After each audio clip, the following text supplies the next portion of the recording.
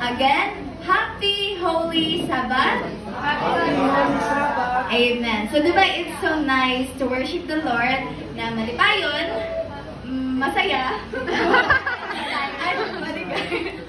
Happy na lang. Happy, and we are really making this place a holy place and making the Sabbath fruitful enough. No? Seeing you beautiful smiles and the kids and also the youth. So, diba, it's so nice to gather in worshiping the Lord. So, yeah. So, hello, Quezon Central Seventh-day Adventist. So, it's my first time here. And thanks to my PYC friends na nakaabot ako dito. And because of that event doon sa Bacolod, nag-build ng friendship. And yeah, nag-church hopping kami. Madami kaming church na napuntahan. Kanina from Holy Spirit Gao Church. Then right now, dito naman kami. So it's so nice na, di ba, it's kind of a blessing for me. Kasi when I joined the PYC, I didn't know na makikilala ko to sila. And yeah, in 1 month, nandito ako sa Manila mag-stay, dito sa Quezon City. Then yung PYC friends ko, kaya dito lang din sa QC. So in times of gala or mag-church, meron akong matatap. So whenever I go, meron sila nag-guide. So yeah.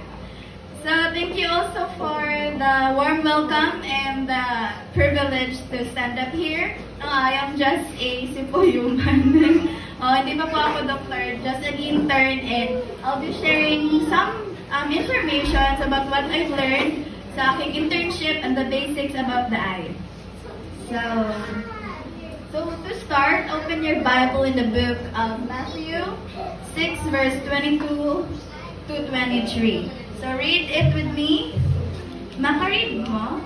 Yes po. Sige, kaya nag-read dun sa ano. Say, read the eye, ready, go. The eye is the lamp of the body. If your eyes are healthy, your whole body will be full of light. But if your eyes are unhealthy, your whole body will be full of darkness.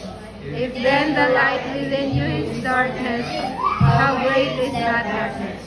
Amen. So thank you so much for participating. So this verse is just a metaphor, no? Meron siyang deeper meaning. So it not just talks about the eyes, but it's a metaphor that Jesus given to each one of us to check our perspective if it is healthy or if it's not. So let's check our perspective kung ano yung ginabut natin inside sa ating buhay, and then is it reflecting Christ or is it reflecting the other one?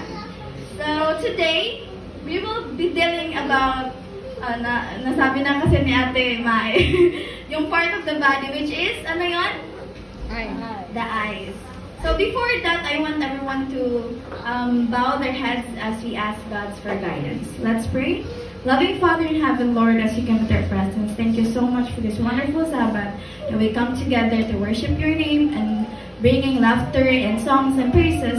And Lord, as we listen to your learning about your creation, may your holy angels be upon us that we can share your God's love and also bless each one of us and forgive us from all our sins. In Jesus' name we pray. Amen. Okay. So, do you believe na itong sensory part, na which is the eye, is tinitake natin for granted? Yes or no? Yes. Sure ba? Oo. Diba? Tinitake natin for granted. Pila lang gani atong mata? Dua. Ano yung pila? Ilan? Ilan lang yung eyes natin. Sorry. 2 lang. So, if mawala tong isa, okay lang ba? Hindi. So, yeah, so we were going to learn about the human eye. So, hindi the eyes of the baka or the other animals, but our eyes. So, vision is the most dominant sensory systems of every sensory system, sensory parts na meron tayo. Diba? We use our eyes to validate everything. Diba pag mag-marites tayo, makarinig tayo someone na ginalibak siya. Diba what we did is we try to move and see sino yon. So, kaya pala, meron kasi sila issues. So, one ganun, we use our eyes to validate everything. If meron tayong ma-smell na like short circuit, yung electricity nagka-problem. So, meron ng issue na nag-sense sa ating brain na, baka may fire. So, what we did is we changed our body, finding that smell, then seeing, yung aircon, no, diba? So, we use our eyes to validate everything na nakita natin. Indeed, totoo ba? Or you were just like, okay na, mag-marites lang without validating anything. Diba? Ginagamit natin always ang ating eyes. And vision plays a critical role in every facet and stage of our lives. So, meron pa kayong alam about the basic parts of the eye? Ikaw, sir. Any idea ano yung mga parts na meron sa eye? Pupil. Cornea. So, sa cornea, ikaw ang magdi-discuss. Okay. Ikaw rin, meron ka idea? Pupil. Pupil. Okay. So, first, we will going to discuss the front part of the eye. So, basics na. Are you ready? Yes. Parang hindi ako ready. Wait lang. So, first, anong makikita nyo? Anong meron? Eyelashes. Okay, ano pa? Iris. Okay. So, meron tayong nakita na, what's this part? Eyebrows. Yung parang yung sa mga babae, hindi sila gusto lumabas pag hindi ma-draw. Meron mag-draw. Eyebrows. So, the purpose of eyebrows is para lang ba to make us pretty? What do you think is the function of eyebrows? Para? Ano po? Ano? Yes, correct. Protection. So if there is a rain, kung mag-rain, then, di ba, meron yung mga part na mga raindrops mag-fall. Di ba, this part protects your eyes. So if meron mga dust or anything, so it's already filtered dito sa taas. So it is a protection. But the problem with women, di ba, kinukuhaan, we try to cut, ano ba? Binabawasan natin. So when we try to bawas or nagpatato tayo, technically there is no protection anymore. So be thankful for the God's creation. Meron kayong mga kilay kasi madaming mga tao walang kilay. So walang nagpro-protect sa kanila. Next one is, anong next one na gusto niya? Eyelids. Okay, sige. Eyelids. So this eyelids is very delicate. So sa lahat ng skin natin, sa lahat ng part, ito yung very sensitive and very delicate. So if you try to like shock or parang ginagulat mo yung friend mo, diba, this is the first one na close eyes, diba? Mag-blink siya agad. Or any like an air puff, something sa imahang face, diba? This part, the eyelid, automatically blinks, right? So it is also a protection. So from any dust, from anything na maka-trigger or something, para siyang meron siyang sensors. So, agad pag may something, agad siya nag-blink. So, protected yung eyes natin. Next one is eyelashes. So, same just like the eyebrows, it also protects our eyes from any dirt. Ito yung eyelashes natin. Then, next one is, let's start with the cornea. Ay, pero maya, i-discuss ko ulit yun. So, start na tayo sa white part of the eye. So, ano yung white part sa mata natin? That is sclera. So, yung sclera, siya yung pinaka-strong sa lahat ng parts sa ating eye. So, if you have an experience, yung bata ka pa, if parang natusok yung eyes isang bata, but eventually, still, he can still see, no? His vision is still okay. Kasi okay lang na pag dito sa sclera, matusok. Pero wag lang internally, like dito lang apart. Pero meron lang part na sa sclera, okay lang. Because it regenerates. So, it's okay. Pero it does not mean na okay siya, okay lang din ang vision, di ka na maging careful sa eyes. So, that part, the white part, is the strongest part sa ating eyes. Not that strong enough na pwede suntukin or anything. Next one is the iris. Ano ang iris? Siya ang Color. yes, the colored part of the eye. And also, hindi na lang siya to give beautiful eyes, but it helps us to regulate the light that enters. Kasi, if, di ba, sa center dyan, merong hole.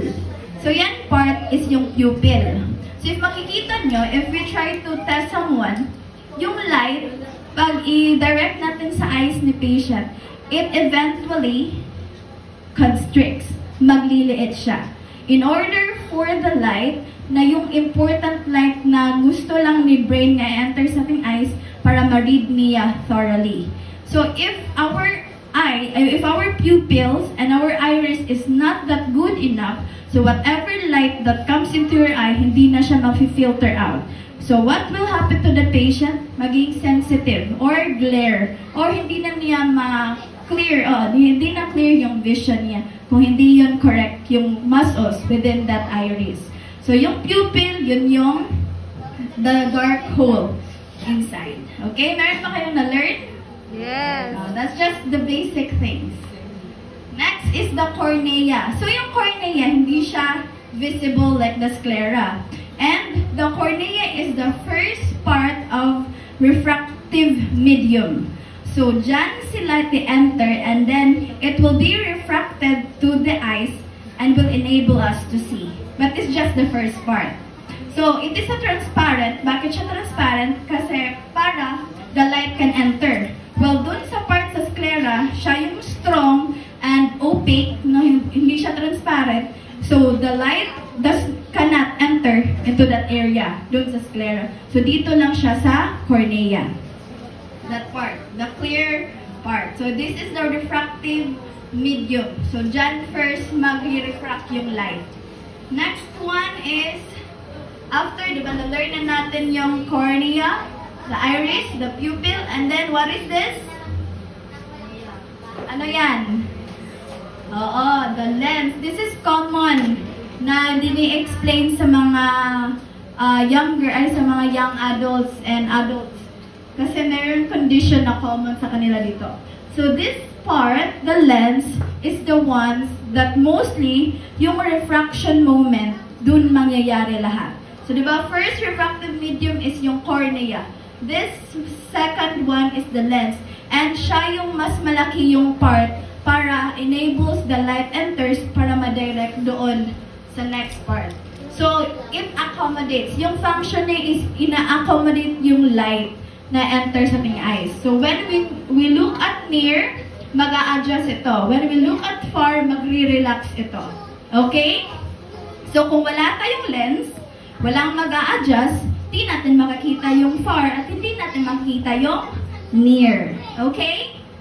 So, the lens is the one that accommodates the light. So, para makakita tayo. Next part naman is this. If you can see, read it please. Vitreous gel. Pwede din siyang vitreous humor or vitreous gel. So, this gel-like part dito sa ating eyes is the one that nagpo-form siyang parang ball, eyeball. So, kung wala tong gel, technically, ano siya? Shrink siya.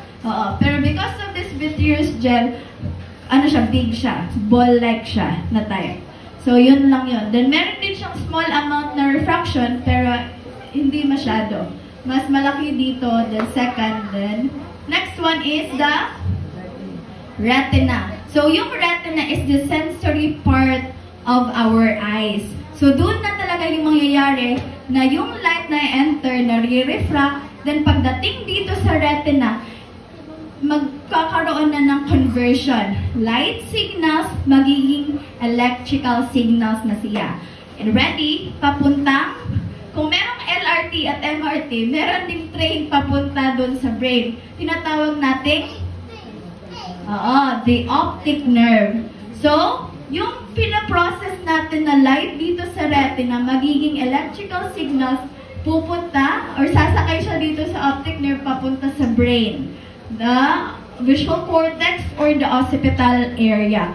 So, pagdating dito sa visual cortex, yung light na na-enter sa ating eyes enables at then papunta sa ating retina na convert siya into electrical signals, then papunta sa brain.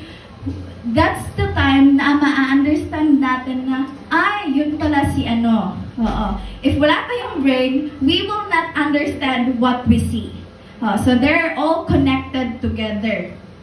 Okay, so again, this is the light, tas with object. So kung walang light sa yung tinitingnan mo, technically, wala kang makakita. So darkness and light. So we need light in order for us to see. So light plus object, it will be reverse dito sa retina. But pag dun papunta na siya sa brain, matatama na yung direction niya and we will understand what we see. Okay, nag-gets lang ba? That is just the basics on paano natin, what is the process on visual, no? Paano natin ma-process ang lahat. So this, the light waves, phototransduction, the conversion to electrical signals, and then ma-process na sa ating brain, yung vision. Okay? Gets? Get. So this is the normal vision. Tama yung length, tama yung shape ng ating cornea, the shape of our vitreous, and then dapat talaga baliktad dito sa retina para mako-convert siya pagdating sa brain. Okay. So, according to World Health Organization, kagabi ko lang in-update yung PPT ko. So, there are 2.2 billion people around the world that suffer from vision impairment. Are we one of this? 2.2 billion people? Oo, I believe. Kasi kahit wala nag-use of eyeglasses, and even the kids, meron tayong lahat vision impairment, lalo na because of technologies. And our behavior, na lagi lang tayo nasa room or sa ating homes, but lesser yung outdoor activities natin.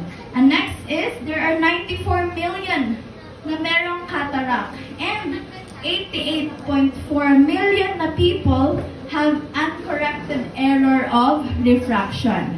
So there are 88.4 million na hindi nako-correct yung vision nila. 2023 na study.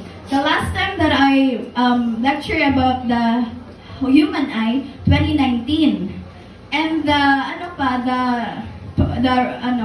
the range of population is about 400,000 yung undercorrected na patient. Pero ngayong 2023, naging 88.4 million. Can you see how big is the gap between 2019 to 2024? Diba sa 2019, nagsa-start yung COVID. And then if you can see that 88.4 million, that figure, it's so big. Diba? So let's check our vision. No? Let's be aware. Let's not take it for granted. Okay.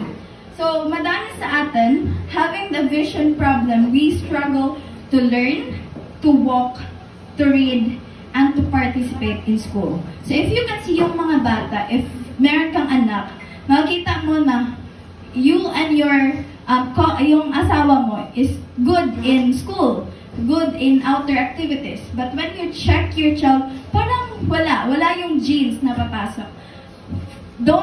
Huwag mo sabihin na bobo or clumsy lang talaga yung bata. Check his or her vision.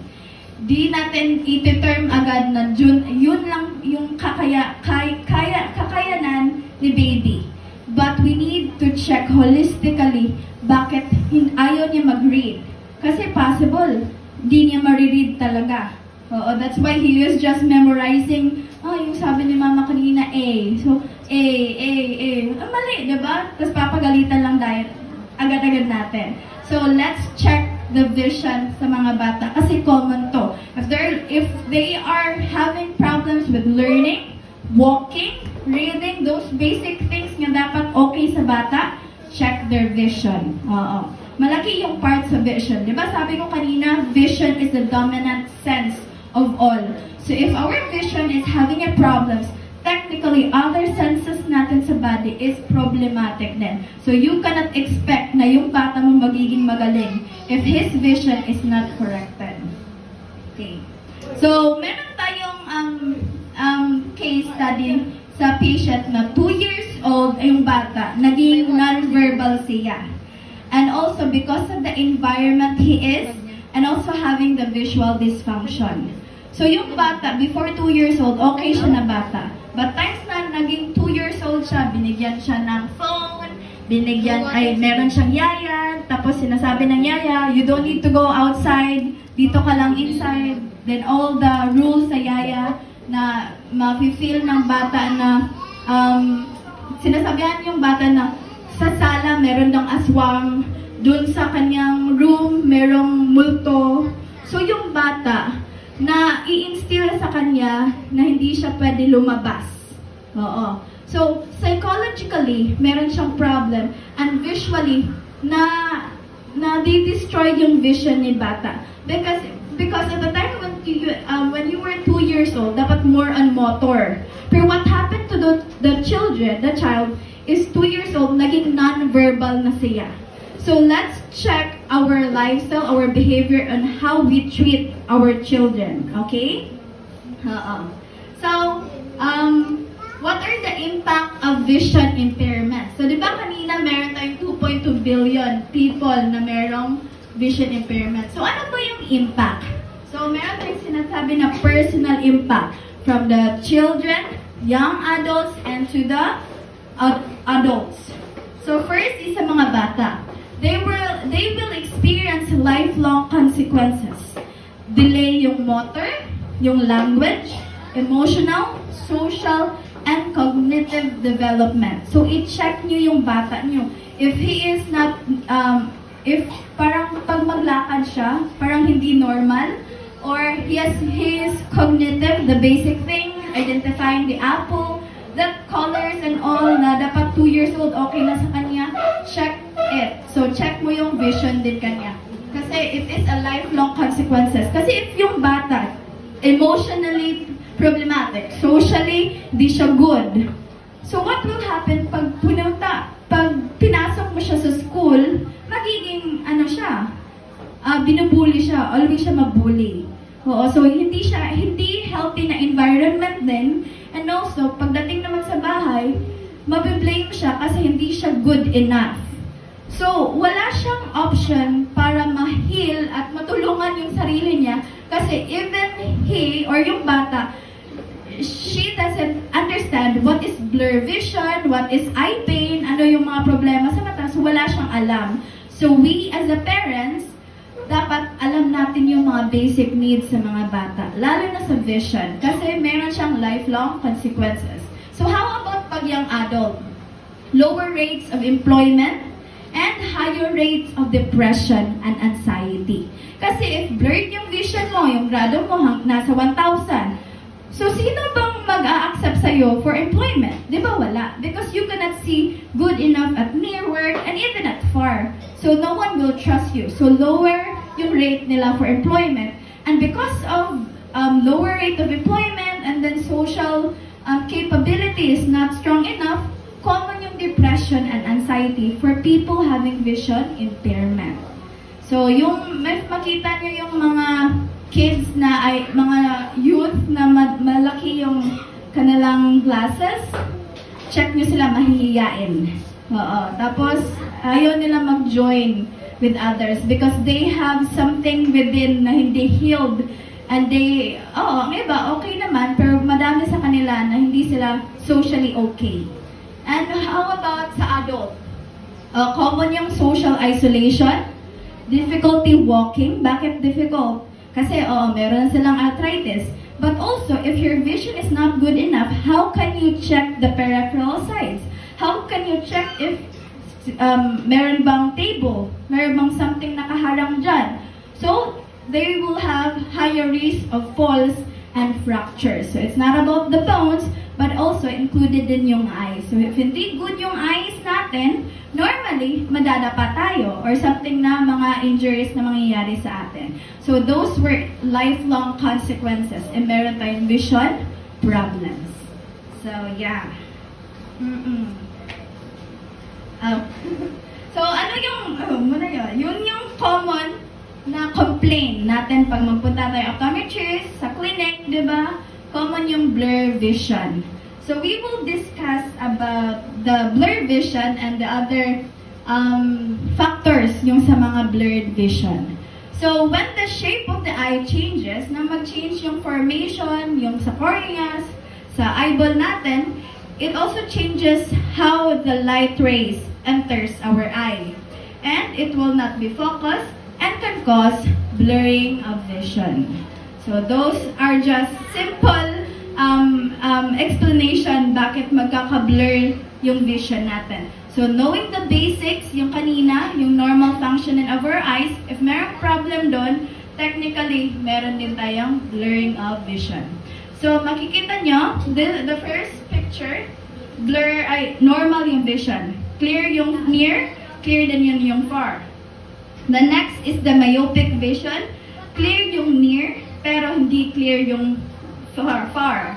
So, nearsighted people. Then, hyperopic naman na vision, clear yung malayo, but sa near area is blur. So, yung normal vision, dapat ma-attain sa bata by the time when he was starting to move or something, ganun, kasi madedevelop naman yung eyes sa bata. Pero what happened if we push already the child in the cognitive methods, like always na natin siya pinare-read, drawing all the near works, technically what will happen sa bata is magiging this one, myopic vision. Kasi ginagawa natin, practice always the near work, near vision. But hindi natin siya pinapalabas sa labas. So no outdoor activities.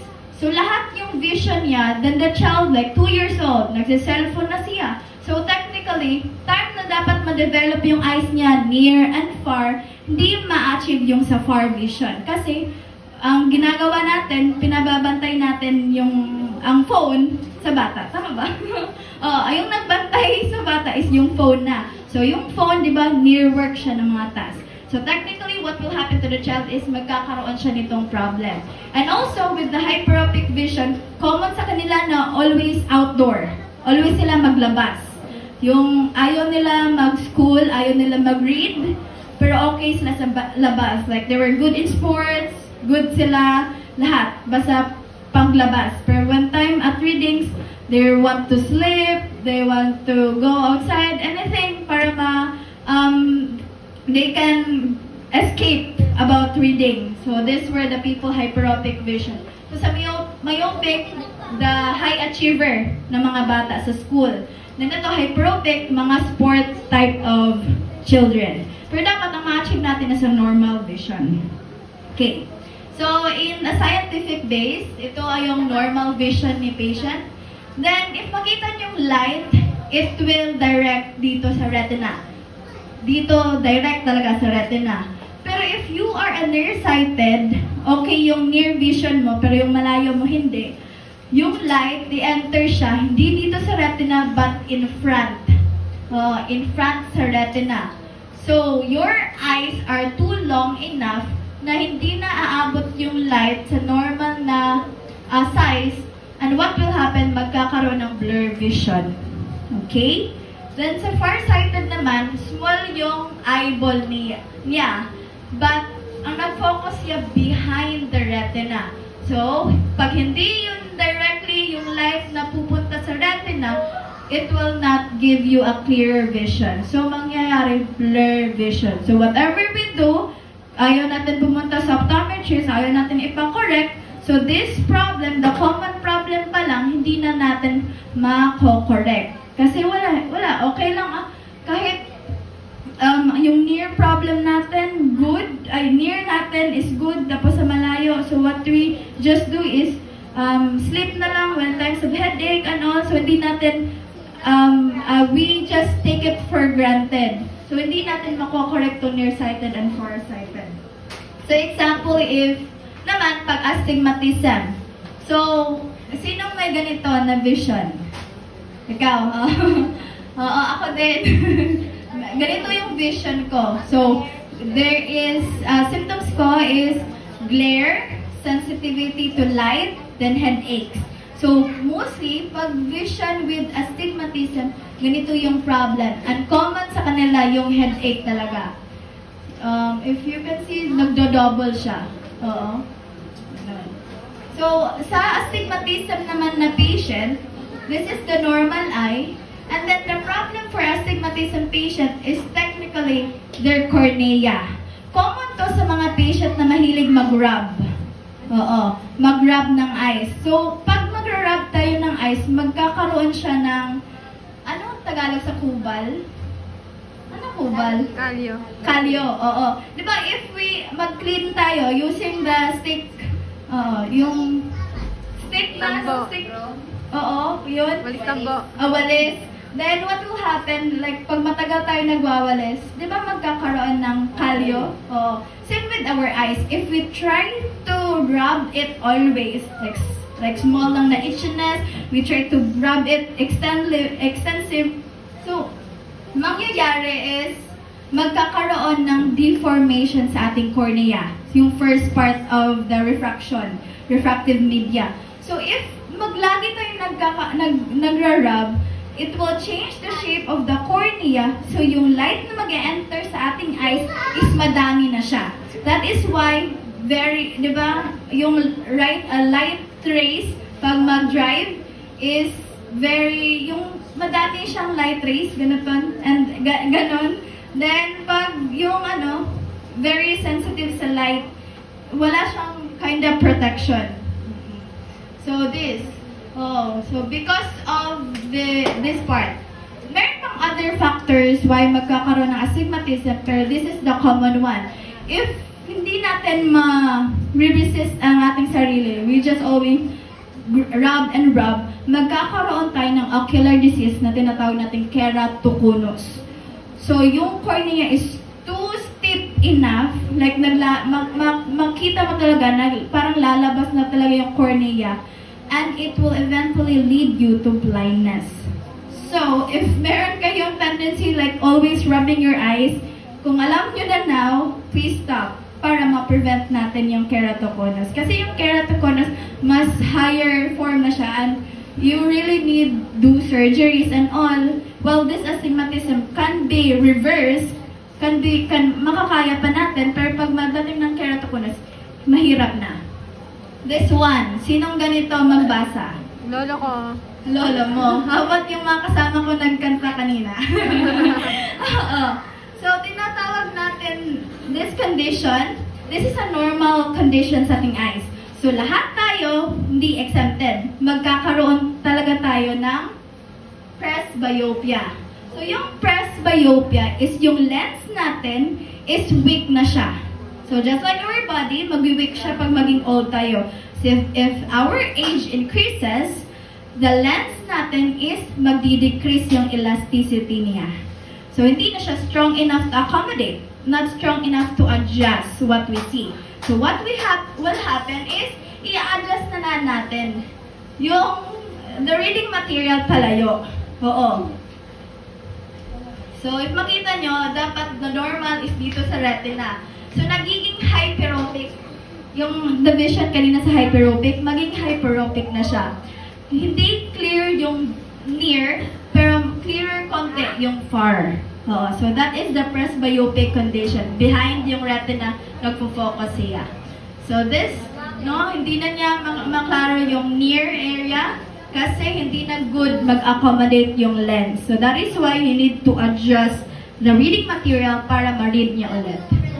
Okay. So, if our eyeball is too long or too short, technically, we'll have blurring of vision. So, pag magkakaroon naman ng problem sa cornea, magkakaroon tayo ng astigmatism. Again, pag yung eyeball natin is too long, then yung light na magfo-focus is short na lang, hindi siya aabot sa retina, that is myopia.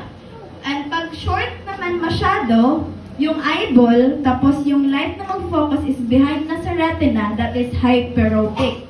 So, blur yung all areas. But also, I have also i-add ko muna yung yung eyeball grows too long, check niyo yung mga bata.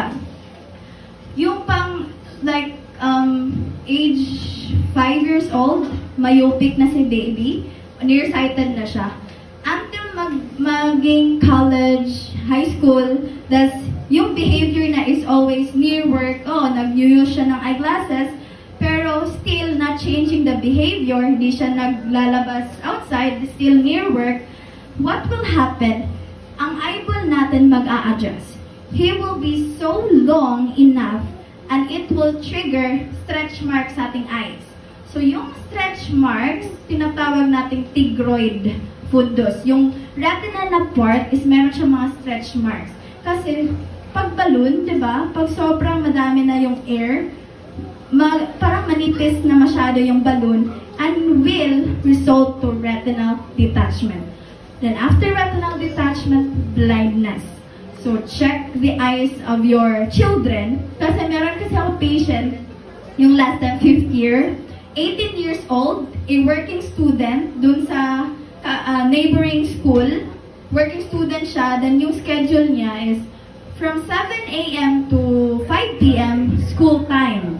Then, by the time mag-start yung 7 p.m. until another 7 a.m. in the next morning, mag-work siya whole night. And di ba, pag overtime, our method of para always tayo gising is through phones. Then, pag sa 18 years old, always tayo nagi-games. So, yung time na napacheck ko siya, kasi yung astigmatism niya dumating ng -400. Then added pa yung myopia niya, nangyari 700 yung grado niya. And also, checking the family history, mataas yung grado sa parents and as well his brother. So, pasok yung uncorrected na refractive astigmatism and yung family history niya.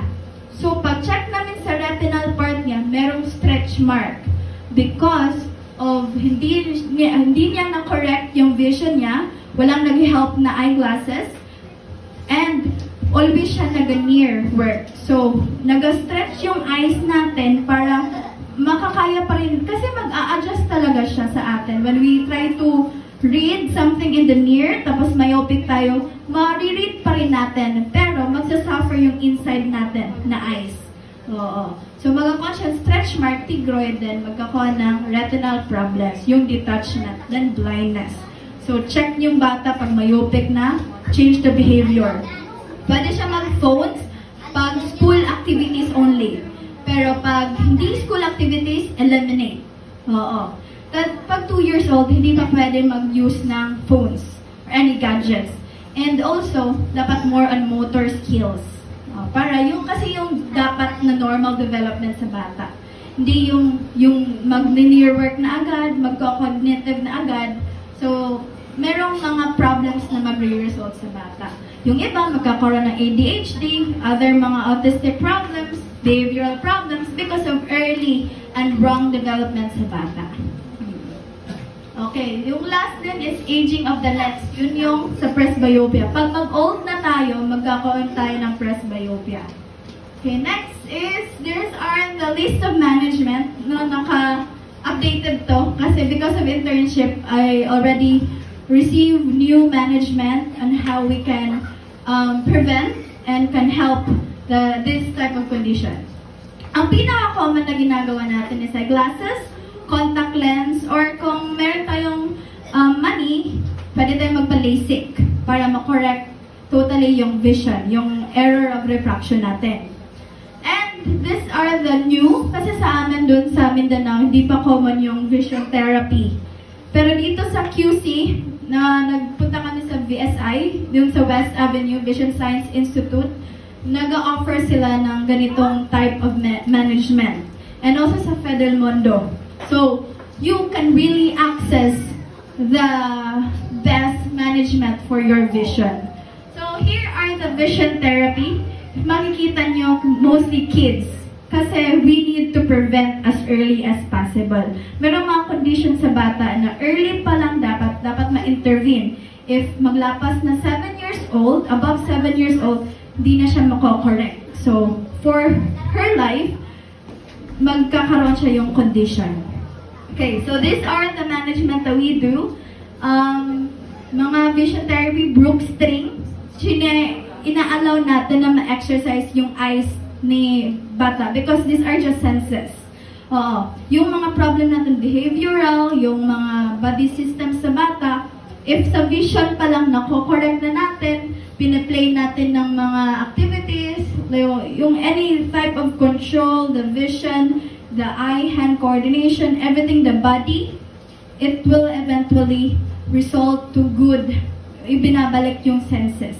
Yung good, normal sensory systems natin. So these are the examples of vision therapy. Another one is this, the phototherapy or syntonics.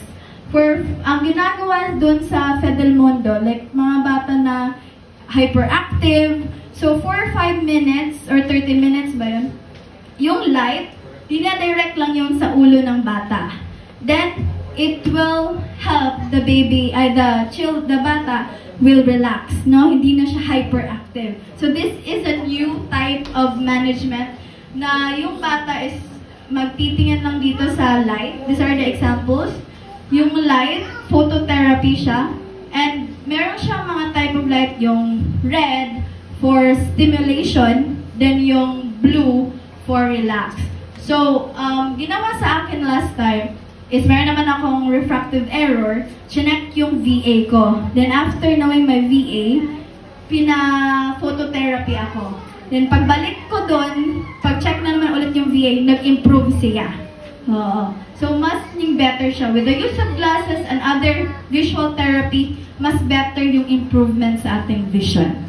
So, ito yung example na ginawa namin. We're just, parang lang game, but these are vision therapies. We play hand-eye coordination. Ganon, para mabalik yung system, sensories. Then, Brook string, yung fixation. And then, yung advanced instruments. And these are the example yung sa syntonics, sa phototherapy. So, this type of light. So, these are just simple management, pero available siya dito sa Quezon City. Unlike sa amin dun sa Bukidnon, hindi siya available. So, we, as the next generational optometrists, kasi dun sa sa Mindanao is more like yung parang Quiapo lang na type of mga optometrists. Like they are not really practicing clinical practice dun sa amin. Though meron namang iba, pero right now we are obliged and responsible to change the career of optometrists. Kasi I don't know, pero kasi pag alam natin na doctor of optometry ay tibaligya or mag-eyeglasses, di ba? That is the common term for all of us. But technically, we have a lot to offer. We have a lot to change to the system, lalo na dito sa Philippines. And kawawa, because we are part of the 2.2 billions who have vision impairment.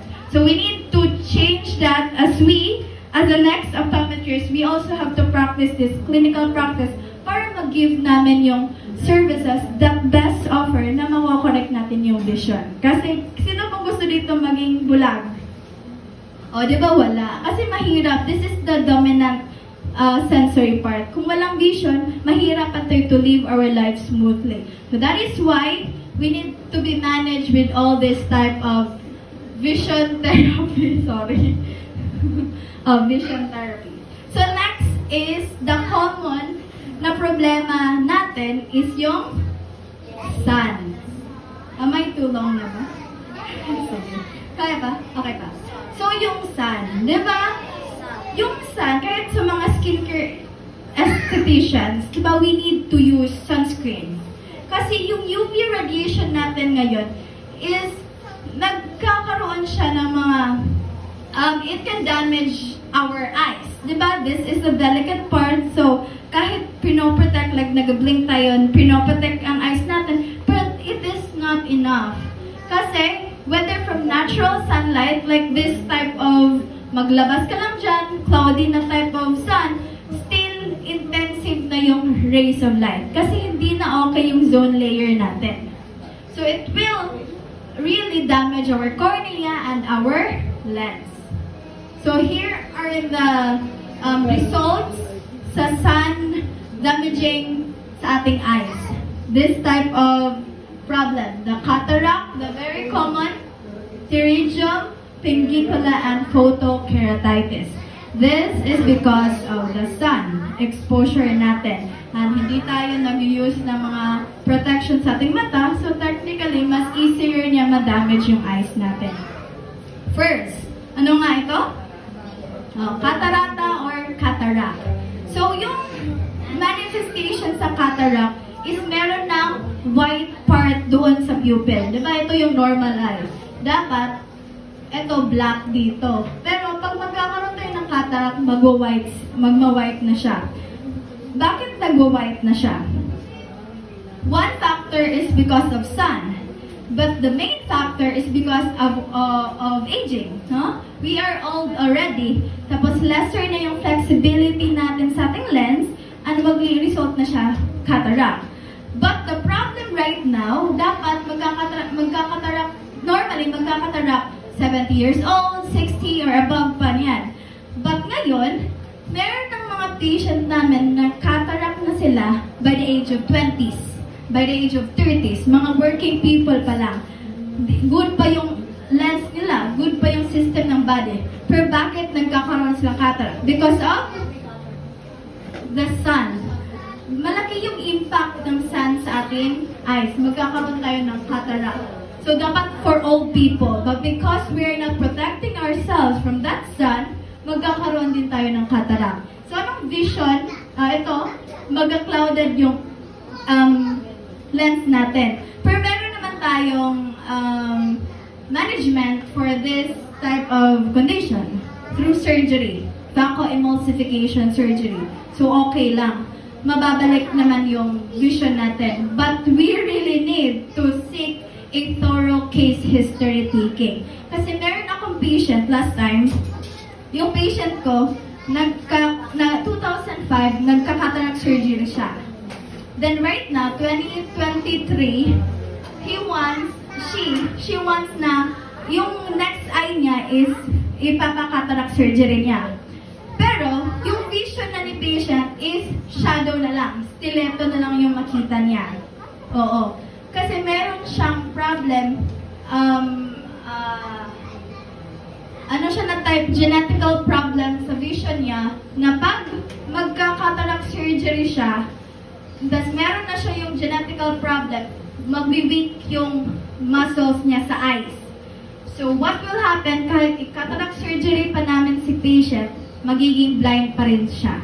O, kasi nagpa-cataract surgery siya through yung mga free na type of mga sa mga madre. Oo.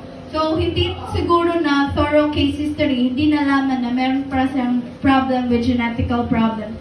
So, yung isang eyes niya is totally blind. And this eyes na merong cataract, severe type of cataract, meron pa siyang makikita, pero shadow na lang. Only shadow. Tapos gusto niya ipa-surgery